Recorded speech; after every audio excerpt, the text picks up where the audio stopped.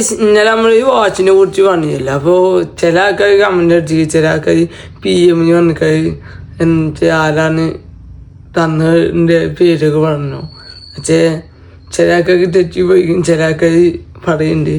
ഏതായാലും നമ്മൾ വീഡിയോ കാണുന്ന ആൾക്കാരും ഇപ്പോൾ പണ്ട് കാണുന്ന ആൾക്കാർ ഇപ്പോൾ കാണില്ല. ഇത് കിട്ടി, അതുകൊണ്ട് നമുക്കൊന്ന് കാണാൻ കഴിഞ്ഞു. കാരണം അന്ന് നമ്മൾ വീഡിയോ കണ്ടവർക്ക് മാത്രമേ ഉള്ളൂ ഈ വാച്ചിൻ്റെ ഉടമ ആരാണെന്ന് മനസ്സിലാക്കാൻ കഴിയുള്ളൂ. അപ്പോൾ അന്ന് കാണുന്ന ചില ആൾക്കാർ ഇന്ന് വീഡിയോ നമ്മൾ കാണില്ല എന്ന് മനസ്സിലാക്കാൻ കഴിയും. അപ്പോൾ ഈ വാച്ച് തന്നത് തൊപ്പിയാണ്. തൊപ്പിനെ ഞാൻ കണ്ടത് നമ്മളെ പയ്യനാട് സ്റ്റേഡിയത്തിൽ വെച്ചാണ് 1.5 കൊല്ലം മുമ്പ്. അന്ന് അവിടെ ഈ കളി നടക്കാണ്. വയനാട് ദുരന്തത്തിൽ മരണപ്പെട്ടവർക്ക് വേണ്ടിയുള്ള അവർക്ക് ധനസഹായത്തിന് വേണ്ടിയുള്ള ഈ കളി നടന്നില്ല.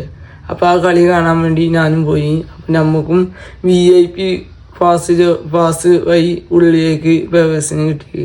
അപ്പം അങ്ങനെ ഉള്ളിൽ എത്തിയപ്പോണ്ട് അവിടെ കളി കണ്ടുകൊണ്ടിരുന്നടിയാണ് തൊപ്പിൻ്റെ വരവ്. തൊപ്പി വന്ന് അവസാനം കളി കഴിഞ്ഞ് മടങ്ങുമ്പോൾ നമ്മളിനെ തൊപ്പിൻ്റെ വീഡിയോ ഇട്ടു. അപ്പോൾ തൊപ്പിക്ക് നമ്മളെ എൻ്റെ ശൈലി, എൻ്റെ സംസാരം നല്ലോണം ഇഷ്ടപ്പെട്ടു. അന്ന് തൊപ്പിയൊക്കെ ഏകദേശം തൊപ്പി ഫേമസ് ആകുന്ന മുമ്പിൽ ആയില്ലേ, ആകുന്നതിൻ്റെ ഒക്കെ ആ ലെവലിലെത്തിയപ്പോൾ ആയി കഴിഞ്ഞിട്ട് പിന്നെ അവൻ്റെ മറ്റ് സ്വഭാവങ്ങളൊക്കെ ഒരുവിധം സ്വഭാവങ്ങളൊക്കെ മാറിയ ആ ടൈം.